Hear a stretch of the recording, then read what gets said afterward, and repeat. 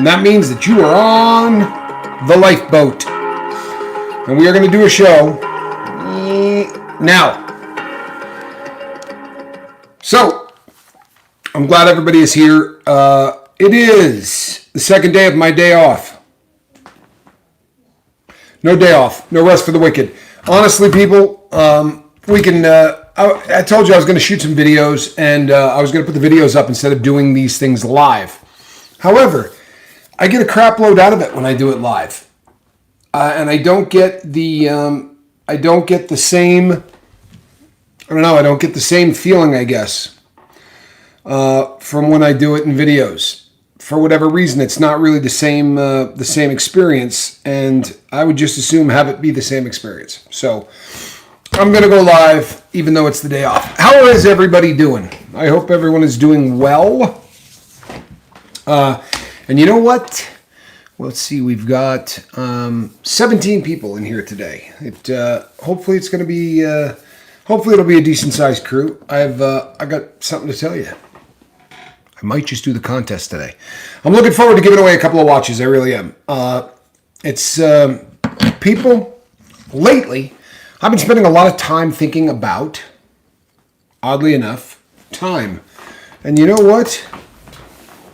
I am missing my notes. Oh, there they are. Oh, I spent a lot of time taking notes. It's for me, it's almost like another form of journaling, honestly, because I talk a lot about, when I'm journaling, I'm talking a lot about stuff that is going to be relevant on the lifeboat. And I got good news for some, and for some it may not be as good news, whatever. This is not going to be a political show at all. But I am going to say this.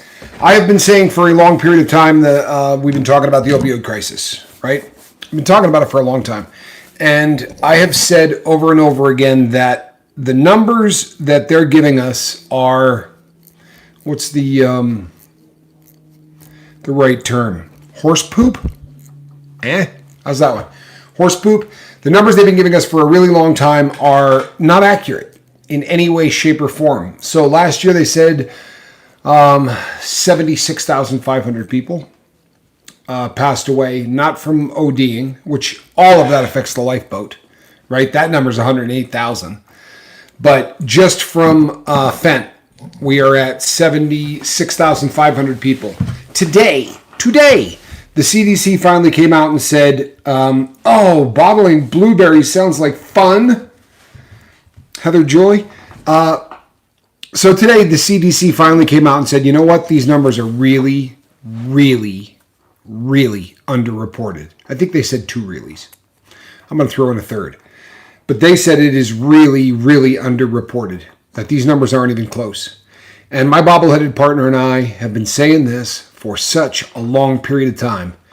They're not even close to accurate. They're not. They're and I don't know why. I'm not sure what the reasoning behind that is.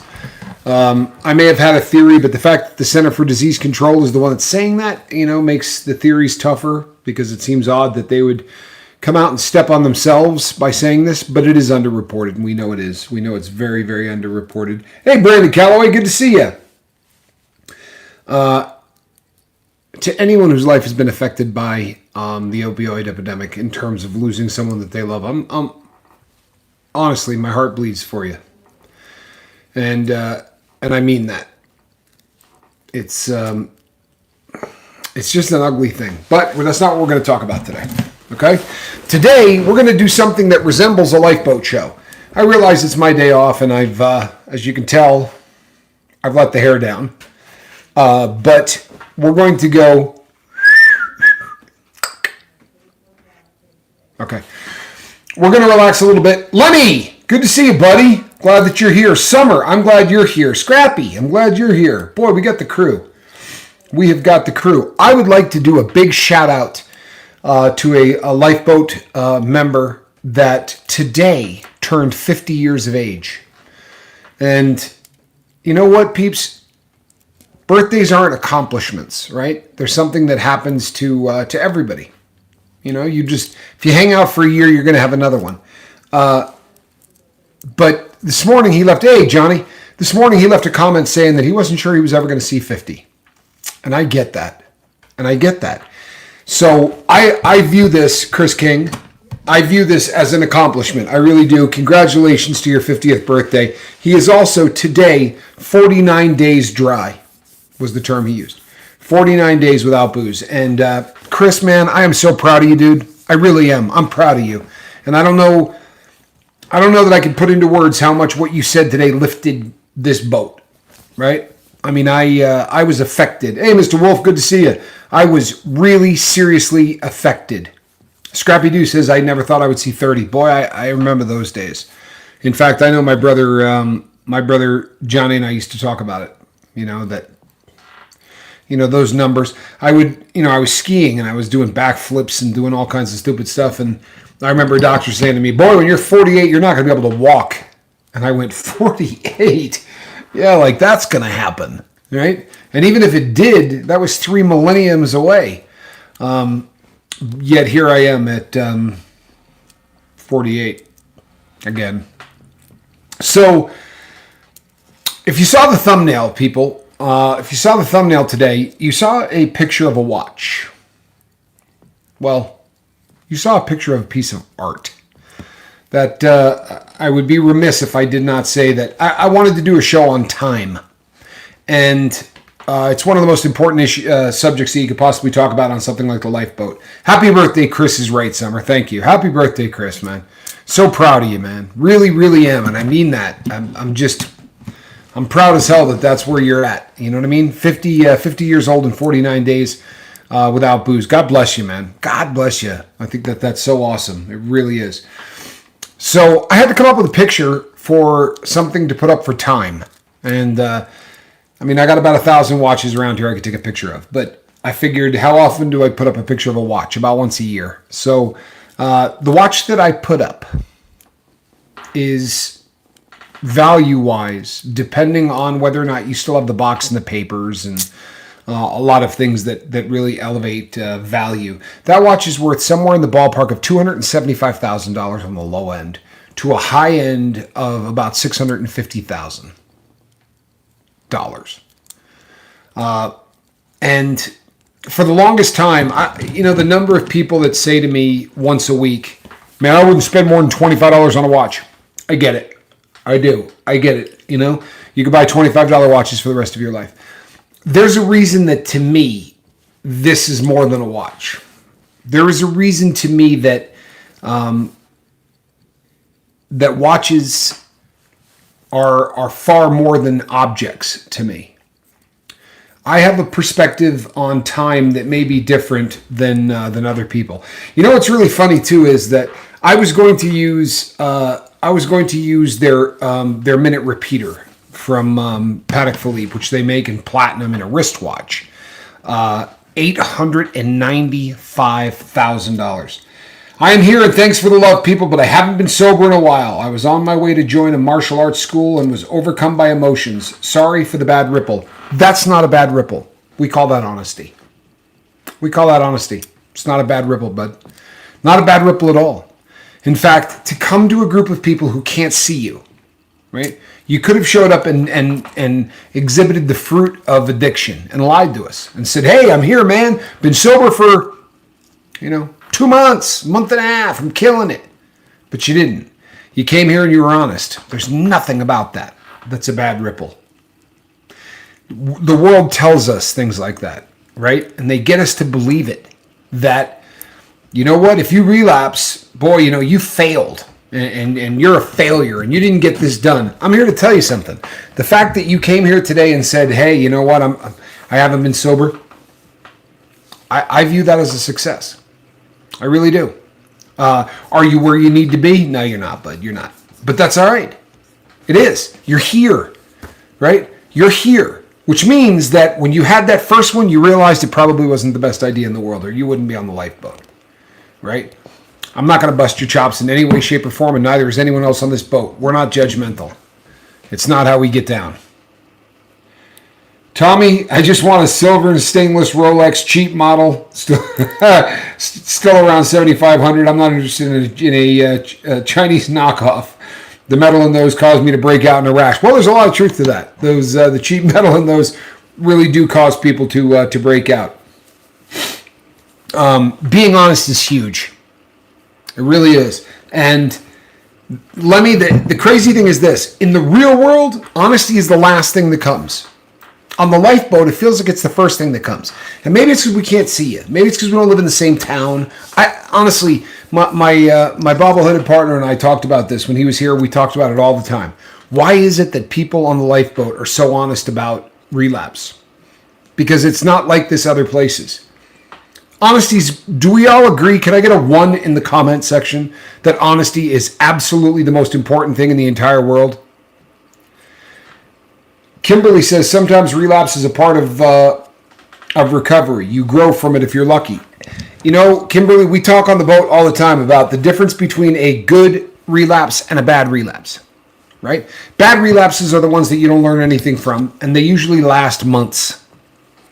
A good relapse is where you stumble and you get back up and you realize that you made a mistake. Do you know why I wanted everybody here to say that it is really important that honesty is something that we can all live with? Because there are 41 of you here and there are 23 thumbs ups. We're trying to bring this out to as many people as we can. I know it's so easy to forget. I do it all the time, and I do it on channels that I love. Get out there and hit that thumb up button. For real. We're having some success right now, right? We really are. We're seeing more people than we have, and we're seeing people that... Valley C Notes, good to see you. We're seeing people we haven't seen before, and that's huge. But we got to keep those numbers up in order to do that. So I hate doing the YouTube thing. Make sure you hit the thumbs up. Hit the bell for notification. You know, it's not really my thing. But the more people we talk to, the more people get sober. Right? That's what we're doing. We're trying to help more people get sober. But a good relapse is that one where you stumble and you go, you know what? I know exactly why I did that. You go back and you look at your journal. You go back and you look at the journal and you read things that make you understand why you stumbled. You go back and you say, you know what? I started talking to so-and-so about the X, and I spent 2 days just sort of railing about the X. Well, there's your issue, right? There's your unresolved issue. So let's get it resolved. You know, the journal is huge because it explains relapse. My brother calling me a YouTuber. When's the last day you didn't do a video? Shut up. I'm a YouTuber. So there are great relapses. My last relapse was epic. It was epic because it was my last relapse. Never had another one. That was the last one. And I'm here to tell you, don't get cocky. Fourth rule of it, I'm not going to relapse again. It's not going to happen. I'm very, very content in the life that I am at right now. This is a life that I find content.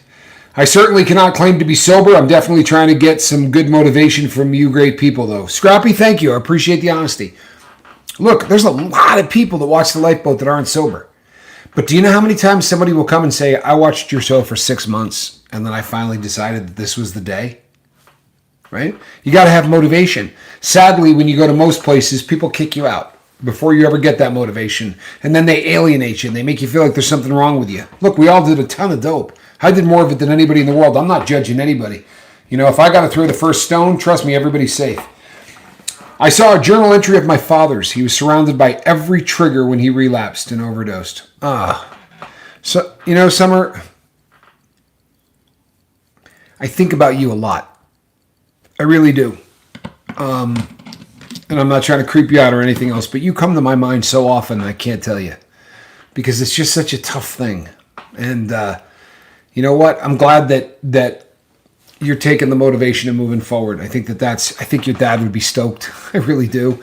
I think that it's a beautiful thing. You know, when something can come out of something just horrendous and be beautiful, you know, that's probably the greatest thing that can happen on this planet. When you know, crap hits the ground and flowers grow out of it. It's a pretty beautiful thing.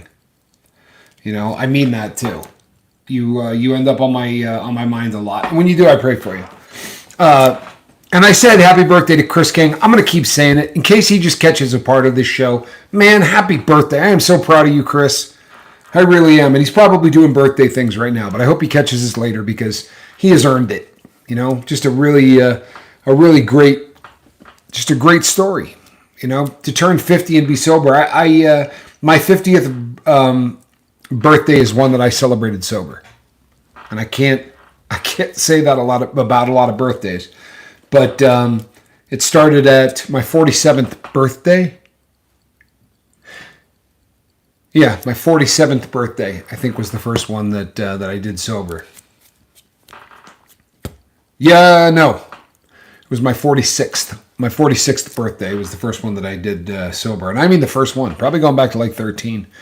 You know, even incarcerated, I was able to get stuff because that's the nature of the beast. But so people, I want to talk about time. And to me, you know, I sell watches. And you know, the sort of the pitch for the business I do is that every single watch tells a story, right? One of the beautiful things about those timepieces are that over the course of 200 years, I have watches here that are more than 200 years old, and for 200 years they've been doing what they're supposed to do, right? Which is tick tick tick tick tick tick tick, and they meter out time. What they have seen in those 200 years, though, is what gets me. There are scientists, you can go online and look them up, and they'll tell you that time isn't real. It doesn't exist. It is a construct that man came up with, but there is no time. And this is something that really, really smart people spend a lot of time debating, right? Is time real? Or is it just something that humans came up with? I got news for you. Take a picture of your kid when he's a year old, and take a picture of him 7 years later, and tell me time doesn't exist. In the same vein, take a picture of a drug addict in the throes, somebody using, getting high, and take a picture of them 5 years later, and tell me time doesn't exist. I'm actually giving all my weed, vape, batteries, papers to a coworker on Monday. I haven't smoked in months, and I have zero desire to. Too prone to anxiety. Used to love the stuff, though. Well, we all used to love it, right? I don't think there's anybody here that didn't, at one point, really love their substance of choice. There was only really two fears, the fear of falling down and the fear of having to get back up, to only fall down again. But every time you get back up, you're a little stronger. That's right. And the last time you get up will be the last time you get up. You'll never have to do it again. So to me, this isn't just a watch. And I wear a different watch every day, you know, but there are some that they're way more than a way to tell time. I can look at my phone and that will tell time. Watches, to me, there is something symbolic in them, right? Beat the hell out of them. They just keep doing what they're supposed to do. About every 8 to 9 years, one will take such a shot that you'll think it's never going to get back up. And then it can be repaired. But it can't be repaired alone. Somebody who understands what that destruction is has to come in. And they've got to step in. And the funny thing is, these people come to me and they'll say, I got a watch that needs to be repaired. That's never the end of the sentence. It could be, right? Hey, I need this fixed. It's never how it goes down. Because the people who are paying to get a watch repaired, the watch means something. So it normally goes like this. Hey, I got a watch that I need to get repaired. That hasn't run in like 3 years. And I'll go, okay, great. If you mail the watch out, I'll take a look at it. This was my dad's. He wore it every single day of his life. Or my girlfriend gave this to me. You know, my first wife gave this to me. She's no longer with us. There's always a story because these things keep time. A phone will tell you what time it is, right? Watches, especially for guys, for whatever reason, it seems like guys tend to get more enthralled with it, but they keep time. They're a representation of all of the time that the person who owned that wore it. Everything that happened, right? Children being born, people passing away, people walking on the moon, all of the things that thing saw. So for me, I remember very early on, one of the first times I ever got sober, and I wasn't sober very, very long. But somebody said to me, you got to go buy a watch. I was already a watch guy. I was like, why do I need a watch? He said, so that there is about 3 to 4 ounces of steel on your arm at all given times. Because the weight of that thing on your wrist is going to remind you of how much time you wasted in your life. And with any luck, it's going to keep you from wasting any more. And there are a lot of people in the recovery community who will tell you one of the first things you should get is a watch, because it really, there is something epic about the amount of time we waste. And even in sobriety, right? When you first get sober, you're not working on organization, right? You're not working on prioritizing things. You're not working on any of that crap. You're working on not getting high, right? That is the only thing in your life. When you first get sober, this is why we say, it's got to come before everything else. It's got to come before everything else. It's got to come before family. It's got to come before God. It's got to come before anything, because without it, there's no family, there's no God, there's no anything, right? So your sobriety has to be right here, right? It's got to be that thing that you're constantly thinking about, right? And time plays a huge part of it. Congratulations, Chris, 49 days. You hit 50 years of age. And you're 49 days clean, right? Time is such a huge part of sobriety. So we probably should spend a little bit of time talking about what you do with it. It's a gift.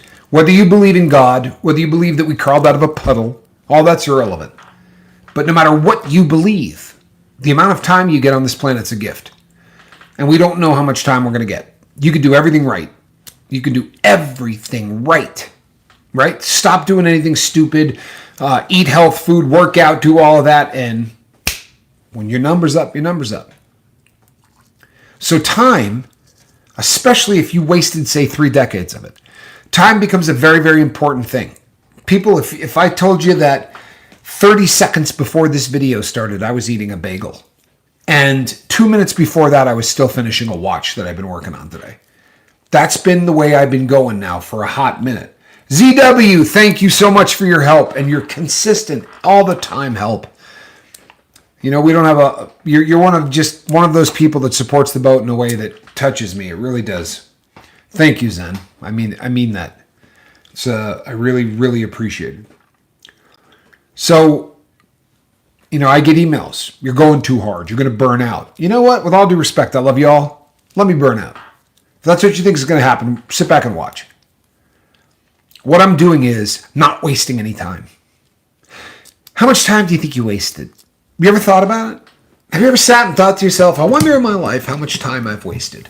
Because it's one of those things that if you spend a lot of time thinking about, right, it can either A, drive you nuts, and it can, make no mistake. It can drive you insane, make you want to hurt yourself. Or it's going to laser focus you on the rest of the time that you have on this planet. Let's say for craps and giggles, just for screwing around. Let's say we waste somewhere in the 4 to 6 hours a day range. And you go, I don't waste 4 to 6 hours a day. No. If you ask the average American how much time they waste a day, they say 4 to 6 hours. I didn't come up with that out of thin air. That's actually a statistic of what the average American, anyway, says every single day they spend doing things that are completely non-productive, which is, by most people's definition, a waste of time. Right? Yeah, I agree with you, Kimberly. It hurts enough to make you want to not waste any more time. I agree with you. 4 to 6 hours a day. If you're wasting 4 to 6 hours a day, it works out to be about, 25 hours a week, right? And at 25 hours a week, or 100 hours a month. So what you're wasting over the course of 365 days is half a year of employment based on a 40-hour-a-week job. Wrap your dome around that. Multiply that by $20 an hour. $20 an hour, which you're worth a hell of a lot more than. Don't kid yourself. That's not a living wage by any stretch. But we'll use it as a base number. $20 an hour. Multiply that by $20 an hour. Do you know what you come up with?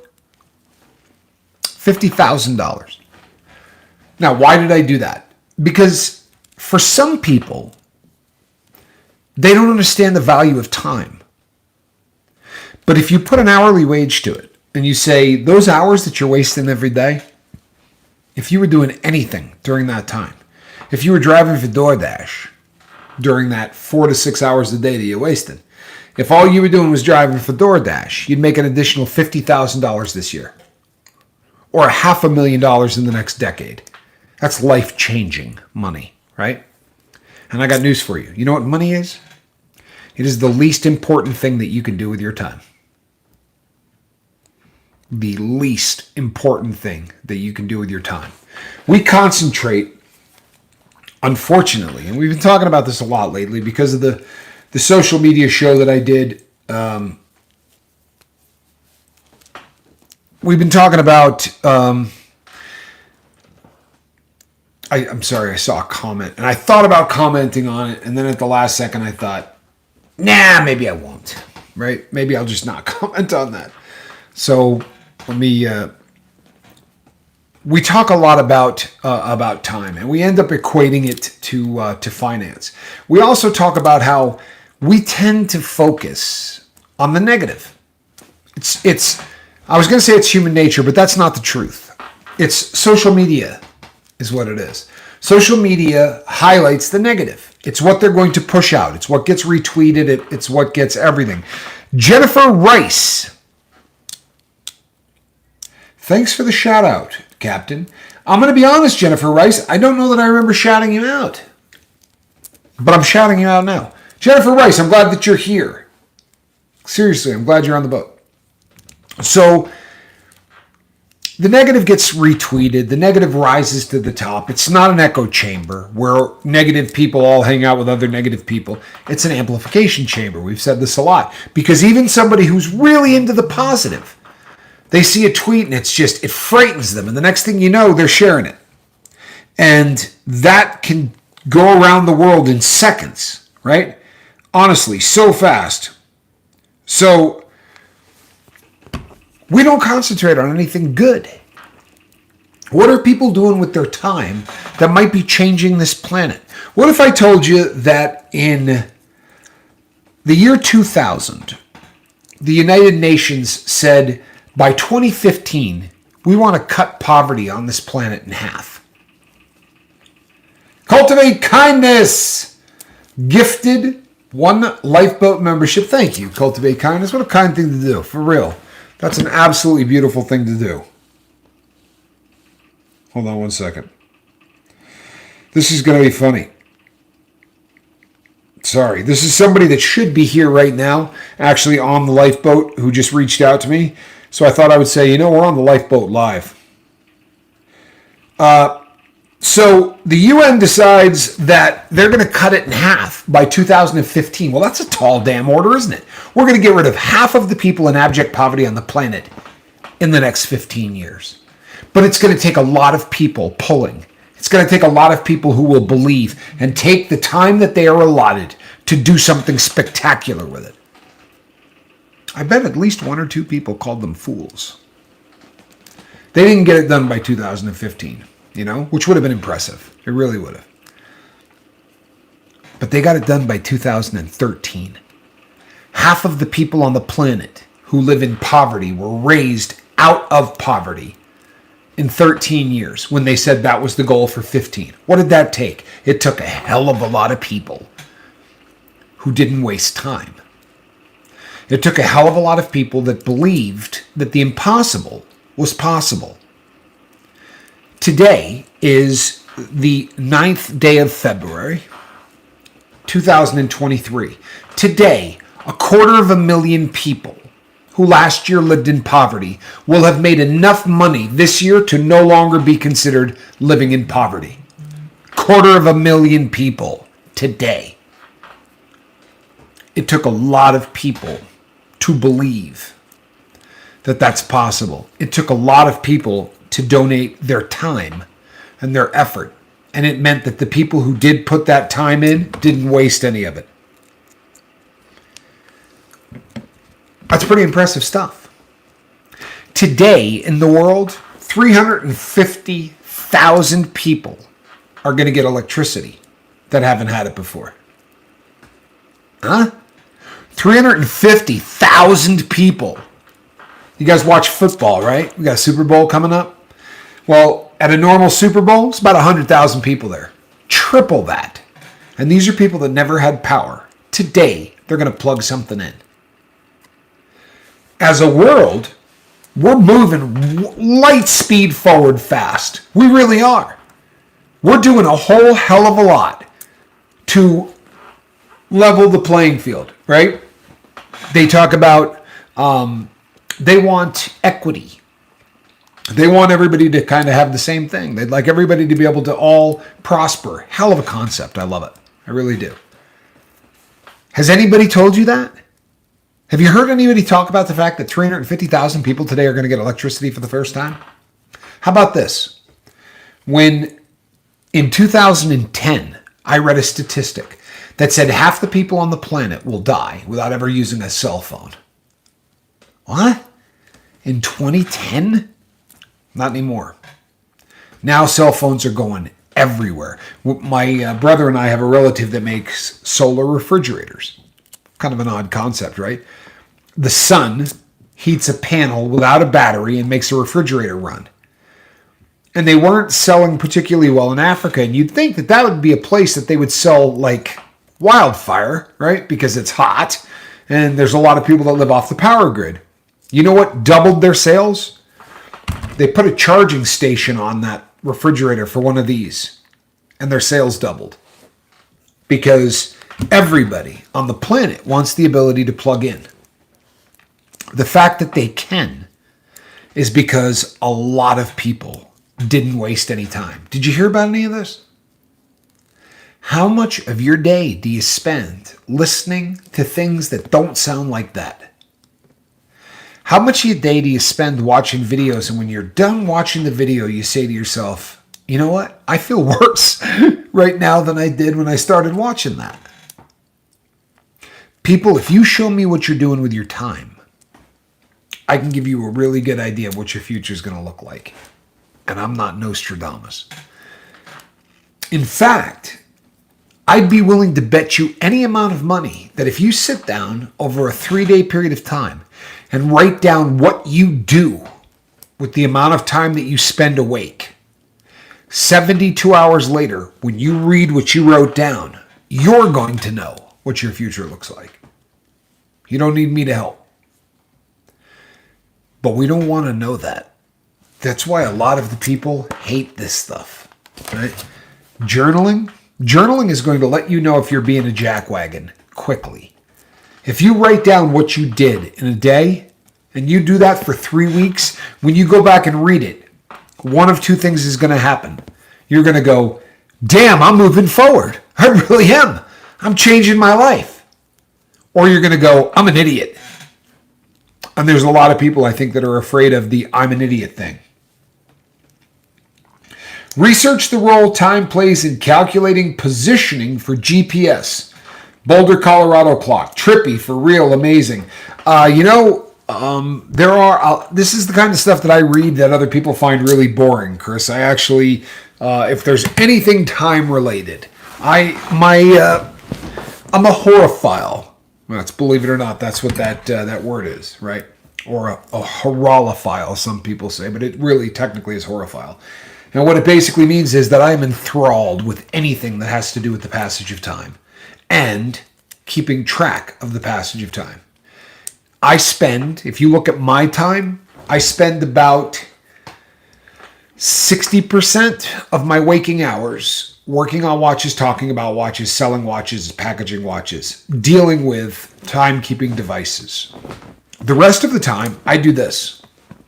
I break up as much time as I possibly can to work in talking to my daughter, who very often is talking to me while I'm working on a watch. I'll be honest, people, I told Buddha this the other day.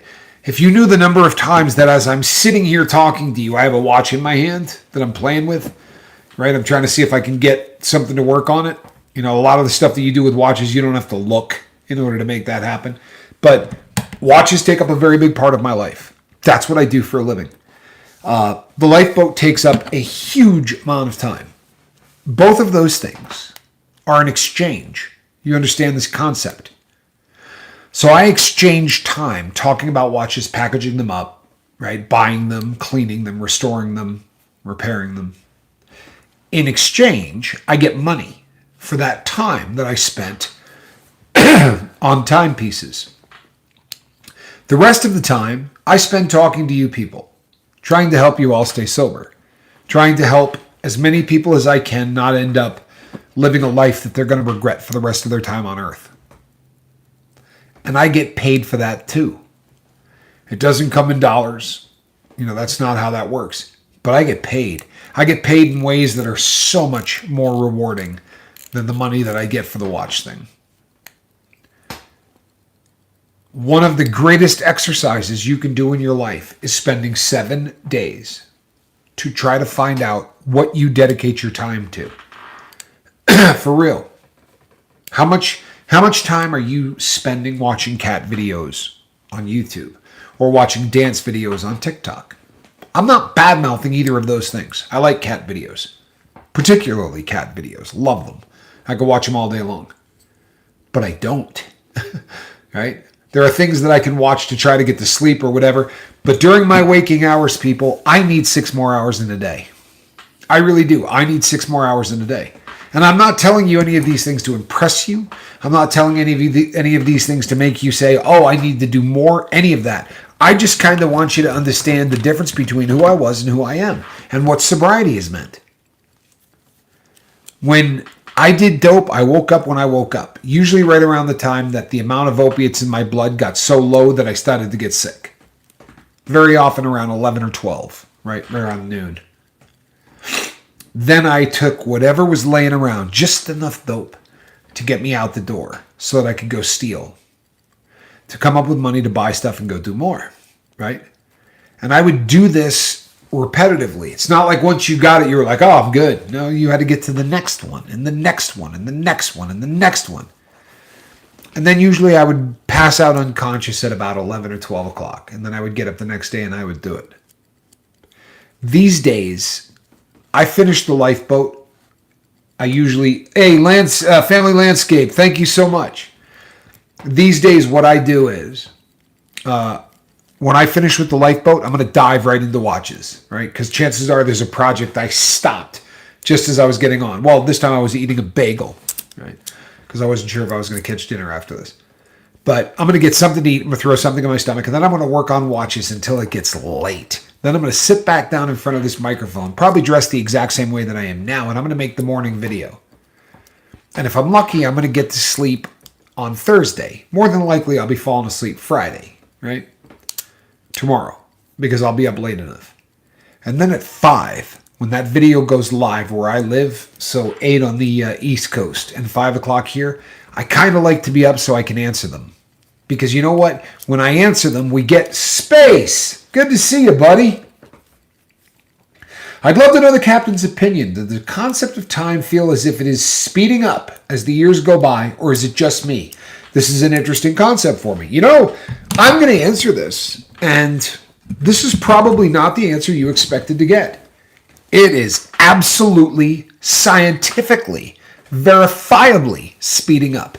If you send me an email, I will get you the name of the article so that you can look it up. Now, what they do is they actually have some kind of a mathematical equation, and they will tell you the difference between what 1 year is to a 6-year-old versus what 1 year is to a 56-year-old, because they are not the same amount of time. The older we get, the faster time goes by. And there's a lot of reasons for that. The biggest one is that we're not, the novelty of life is gone. So when you're a kid, you do something for the first time and it's epic, right? Like you go to Disneyland or Disney World and you're like, somebody built the biggest playground on the planet. Like people come here and they just get to play. This is the biggest playground on the planet. And it shocks the system to the point where time slows down. And you're doing Space Mountain and you're running around and you're doing all these things. And time literally slows down and you focus on it. Then you go back when you're 26 and you got a 4-year-old.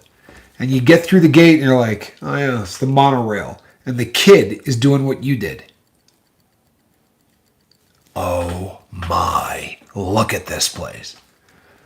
Novelty of life wears off. We're not doing anything these days for the first time. Everything we're doing, it's like, been there, done that. Been there, done that. Yeah, Buddha says life goes into fast forward after 25 years. The other thing is, you don't have any perspective. Let's say you were in a car going 400 miles an hour. Or you're in a car going 300 miles an hour. You're probably not going to notice a lot of difference in the speed, right?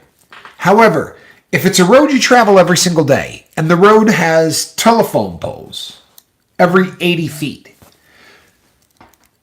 every day you go by at 200. The next day you're doing 4. You're like, those telephone poles look like a picket fence. Like, I'm going a hell of a lot faster today than I ever have before. You know what does that for human beings? Children. For real. Because the difference between 26 and 29 is 3 years. Doesn't mean anything, right? No big real changes. My hair might thin out a little bit, might get a little heavier. It hurts a little bit more when you get up in the morning. You don't work out as hard as you used to.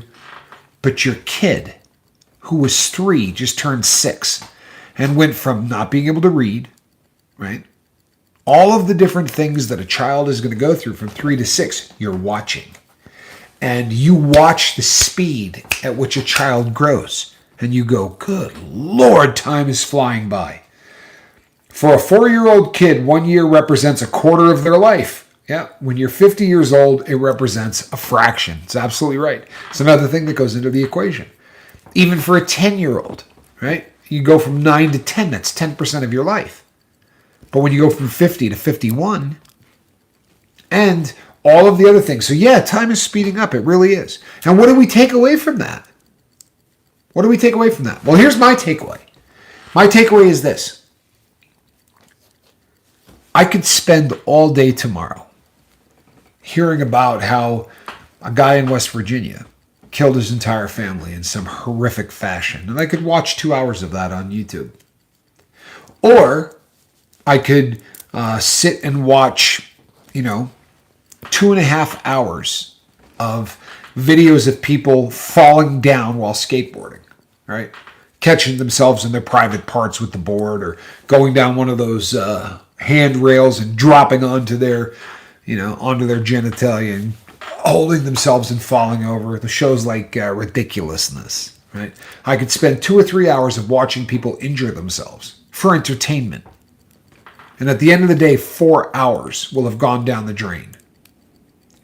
If I take time to look at what I do with my time, I will never do that again. In that same 4 hours, I have the opportunity to talk to 20 people, text 4 or 5, right? All of these people who want to move their life forward. They want to be better fathers. They want to be better mothers. They want to be better human beings. Or I could go watch MTV Raps, right? What are you going to do with your time? Are you going to be a amplification device for horrendous news? Lady Crispin, nice to see you. I hope you're doing well. And I hope your kitty's okay. You really have to decide what you're going to do. Because we're not just human beings anymore. We amplify good or we amplify bad. It gets back to the Ripple show. It really does. People, you're going to hear a lot of stuff today that's going to suck. Right? We're going to pass it on. Today, you're going to turn on the news and they're going to tell you that more people died in that tragic earthquake that just took place in 2 different countries. The vast majority took place in Turkey, I believe. But they're going to tell you of the thousands and thousands of people who passed away. And you could focus on that. You really can. Or you could take 10 to 15 minutes, right? Meditate, pray, positive thoughts, whatever it is that you feel, for all of those people who are hurting. But I'll tell you something. Yesterday, I saw 6 seconds of television on that. And they pulled a child out of the wreck, out of the rubble. It was actually pulled out a family of 5. But the first person that they pulled out was a child. And if you could have seen these people, right? The kid went in the air, right? In a way you've never, it was, they've just been watching so much devastation, so much death, so much depression, that all of a sudden there was life. And they forced this kid into the air. And a cheer went across hundreds of people that were out there looking. Right? Because they were fighting against hope. They're not going to find anybody. Buildings fell on top of people. It's been 4 days, 5 days? Yet here's a family of 5. We can concentrate on the 10 to 19,000 that are dead, right? Or you can just say a prayer for them and go, hell yeah, with your fists in the air. When they pull someone out that's alive, what are you amplifying? 350,000 people are going to plug something into an outlet in their home today for the first time, right? 250,000 people, as of tomorrow, aren't going to be poor. Seriously, where did you hear that any other place but here? Because it doesn't sell. And you know why that is? Honestly, I hate to say it, but you know why that is? Because we suck. As human beings, we amplify the bad. We don't amplify the good. You could sit all day long, right? I could put up a channel where all day long, all I talk about is the best news on the planet today. Beautiful things that have happened. I'll get 6 views. That's the nature of the world that we live in, right? The lifeboat is an oasis in a sea of trash. It really is. And we're not the only one. I'm not sitting here to tell you that there are great channels all over the place that really care about their subscribers and have a mission. But there is so much out there that is just god awful. What are we looking at? What are you spending your time? Because if you realize what you're giving your time to, you're going to know what you're doing with your life. 4 hours a day? Are you doing 4 hours a day? That's $50,000 a year at a dog crap hourly wage. $50K. Is money important? No, but it's a hell of a metric, isn't it? Honestly, it's a hell of a metric. You could have a Joe job with the time we're wasting every day and make an extra $50K this year. Don't waste any more time. You don't have to be busy 24 hours a day. You understand, you don't have to be going from one thing to the next, to the next, to the next, to the next, to the next. You don't. Just don't waste time. If you're sitting and meditating, you're not doing anything, but that's not wasted time, right? Giving yourself into negativity, giving yourself into hate, that's wasted time, right? Or, how many times you hear people who go, yeah, I can't stand trolls. They're awful. They're bad people. All they're trying to do, but you'll go watch the channel, won't you? Right? You'll go check it out. Just because it's crazy, right? The stuff coming out of this person's mouth, you got to hear. You're an echo chamber? No, you're an amplifier. If you buy into any of the negativity on this planet, you're not listening to it. You're signing off on it. For real. You're signing off on it. And some of it can't be avoided. Sadly, some of it can't be avoided. That's the world we live in. But good God, do you have to seek it out? I don't. I decided a year ago this was never going to happen again. I was never going to spend any of my time intentionally giving my time up to anything that wasn't based in light, in love, in caring. And I have been the happiest I've ever been in my life. Did the hate go away? No, it's still out there. But I don't see it by choice. If you say, yeah, what that guy does is just awful. Yeah, how'd you know? How do you know what he did is awful? Did you go and watch 4 or 5 videos? Because if so, you're just amplifying it. Cindy Pardee says, a drunk woman came to my meeting today, and I felt grateful that I have 100 days today. Could have been me. You know what? What a beautiful example. What a beautiful example. How many people at that meeting looked over at that woman and went, comes here drunk. Seriously, why don't you throw it in our face? No respect whatsoever for the meeting. Right? Negative. Positive. You got Cindy looking over and going, thank God I'm sober. 2 people could look at the exact same thing and see 2 completely different outcomes, right? Gets right back to what are you doing with your time? Are you being positive or are you being negative? I remember when the boat first got up and running. And I remember, you do something like this. You actually have to sit down and think up guidelines and rules and things like that, right? What are we going to do when somebody shows up who's smashed? What are we going to do when somebody shows up and they're wasted? Do you kick them off? It was a consideration in the beginning. But I'll tell you right now, in the beginning, I was stupid. I really was. I didn't have a clue what I was doing. I knew I wanted to help people, but I didn't know. You people taught me more than I taught you. Believe that. We must go through pain for change, and no pain, no change. I agree with you, Barbara, 100%. And Conky Dong says, congratulations on 100 days. And you know what? You cannot say that enough. You can't say that enough. 100 days, 3 digits, Cindy? If I had talked to you 100 days ago, would this have been a possibility in your head? 3 digits. Man, that's a milestone. I used to tell people all the time that 3-month mark is huge, right? But that 3-month and 10-day mark is 4 years longer than 3 months. That third digit, when you get to 100 days, the reality that, you know what? I can get through a year. That's when you really start, you can feel it. You can just start puffing up and going, man, I made 100 days. I can do 265 more. I guarantee you I can do 265 more. You got to be feeling fantastic. That's awesome. That's awesome. People, I hope you're getting that. I would go to meetings right now. You know what? I would go to meetings. If I could find one that worked for me, I would go to it. I don't think I could spend enough time concentrating on sobriety. I can't. I know what happens when I don't. Been there, done that. You know what? I agree with you. Zen Wen, about as sweet as they get. That's right, Cindy. About a third of a year under your belt. And proof positive that you can do this. And again, we'll go through all of the accepted cliches. Don't get cocky. Don't do the pink cloud things. 1,401 day alcohol free for me. And I want to tell you something, Cindy. I was in federal prison. I was at the Federal Correction Institution in in Terre Haute, Indiana.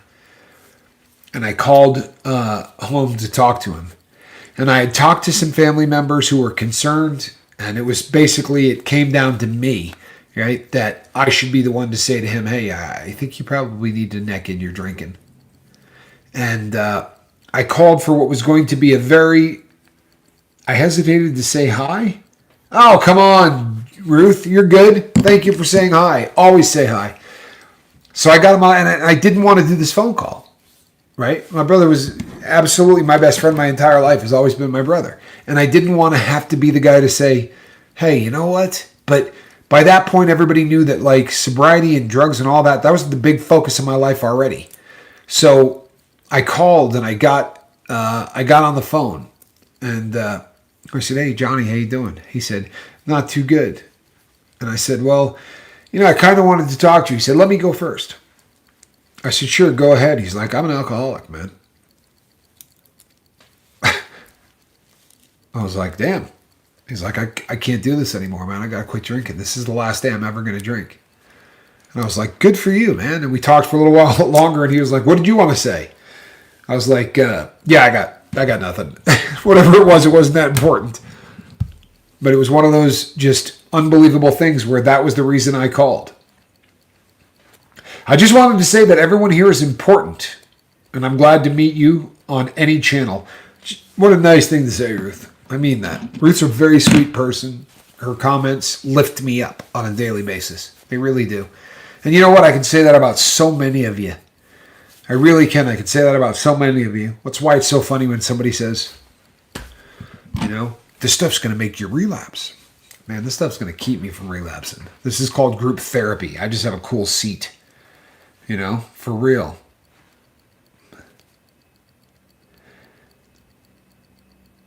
Yeah, Dee makes a good point. If something here offends her, she can just sort of let it flow. Comments will go up, be gone in a second. In meetings, it's a little harder. And this format really is pretty damn cool. I got an email today from some company, and you guys would probably know exactly who they are. I don't know who the hell they are. I don't, they have something to do with software. But they said, we we've been watching your channel, and we really like what you're doing, and we'd like to consider maybe you doing some kind of an ad for us here or whatever. You can hear the ticking. I'm not surprised. This entire room is ticking. And I said, my normal response is this. Oh, yeah? You like the content? What do you like about what we're doing? Because they don't know what you're doing, right? This is a form letter kind of a thing. And so I shot this one back and I said, yeah, so, what is it you like about what we're doing? And I mean, 4 minutes later, I got back an email that said, well, I think that in regular group therapy, it's got to be a very intimidating thing to stand up and go through, sharing and things like that. But the real anonymity of the internet will probably let people work through their problems. And I thought, holy hell, this guy watched The Lifeboat. You know what I mean? Like, this person really actually watched The Lifeboat, which blew me away. But it made me feel awesome because that really is what makes us different. Conky Dong says, I'm shy, introverted enough that in-person meetings seems really intimidating. Maybe I'll muster up the courage someday, but for now, I think the boat is pretty darn ideal. You know what? You don't ever need to muster up the courage. You don't. If you decide you want to go sometime, sit in the back and just watch. Right? You're not pressured to do anything. And then if you feel the need that you got to share, come right back here. What we're doing, people, I promise you this is the future. And I'm not tooting my own horn or anything else because honestly, this wasn't what I was going to do. You guys did this. I had a completely different concept, and the crew of the Lifeboat brought their concept, which was better than mine. To be really honest, it was just considerably better a concept. But I believe wholeheartedly that the future of rehab is this, because this gives people an opportunity to share in a way that isn't intimidating. And I don't know, I think it's also a click away, right? The fact that you don't have to leave your living room. You know how many people drive drunk to an AA meeting? You know how many people go high and get behind the wheel of a car because they feel like what they're doing is wrong and they got to do something about it? This is just, it's a safer platform. It's a fairly good way to do it if you ask me. And like I said, I made videos, people. Go back and watch the early days of the Lifeboat. I made videos. This live channel stuff was really brought on by you. We did the first live feed in hopes of getting that 4,000 hours that you need so that we could monetize, because we knew that if we were monetized, then the big red button had a vested interest in us, and we thought that was probably going to help us get the message out. That was all the original plan right there. But when we went live the first time, Charlie and Leisure and V and all of the people that just have been around, Lady Crispin, and I'm going to forget everybody else, and I'm an idiot. But all the people that have been here from Jump Street, Joanna, and Alan Ballantyne. Anyway, everybody basically just said, nah, this is how we're doing it from now on. I'm not kidding you. Like, the crew basically demanded that, you know what, we're a live channel. It works better as a live channel. We're going to do this as a live channel. And they were right. Hands down, they were right. This is why I asked everybody what you thought about politics. And I want to end today by telling you that the vast majority of people that reached out to me said the exact same thing. I'm not kidding you. Hold on one second. I'm a bad person. I'm the only one who knows how bad. Therefore, it's up to me to punish myself. That's how I thought until about 1991. I absolutely understand that. In fact, when I first did the show here, I think that was one of the first things I said, is I came out and I said, you know what? I'm not a good person, but I'm trying, because I always kind of looked at myself. The big red button deleted 2 of your best videos. That doesn't surprise me because they're just not particularly, they're not kind as far as that goes. I don't think they do a very good job of being very discerning of people. I really don't. But they do give us an opportunity to talk to a lot of people. And that's a beautiful thing. Full of hope. Lieutenant full of hope. I'm only a captain, right? Honestly, I don't know which one's which. Who's higher, captain or lieutenant? I think a lieutenant probably is. But I'm not 100% sure because This is a virtual boat. Do a lot of virtual training for the virtual boat. And I agree, full of hope, you are the best, truthfully. So, peeps, tomorrow night is Monday on the lifeboat. In spite of the fact that we pulled a little work here on the weekends, tomorrow night is actually our Monday on the lifeboat. So I will be back tomorrow night. Same squirrel time, same squirrel channel. I've been sub since day one, but honestly, I wasn't actively watching. But recently, I have quit quite a bit of habits like nicotine and caffeine, and the boat is helping. Mr. Wolf, I'm so glad to hear that. I really am. And you know what? Your comments are great. You know, you're plugged in. I appreciate it. I really do. There are 50 people here and 54 thumbs up, which means that a lot of you are really, really doing everything that you can to help the boat. That touches my heart. I mean that. Touches my heart. So I'm going to be back tomorrow night. Same squirrel time, same squirrel channel. I'm going to have a real show. These have kind of been, you know, the weekend ones. I can let my hair down. Tomorrow I will be back to doing a real proper show. So thank you all for all you do. We will see you in the morning. Did you guys catch that? I will see all of you in the morning on the lifeboat for our Hey, it's morning video. In fact, I think I may call it from here on out the Hey, it's the morning video. So we will see you tomorrow morning. Shimmy, good to see you. And we will see you next time. I'm Captain Tommy Scoville, and in the basket and throne, that is a cat in the basket, everybody. That's Squirrel. Good night. We love you. Thanks, Squirrel Nut. He's a good kitty. She's a good girl. Most of the time.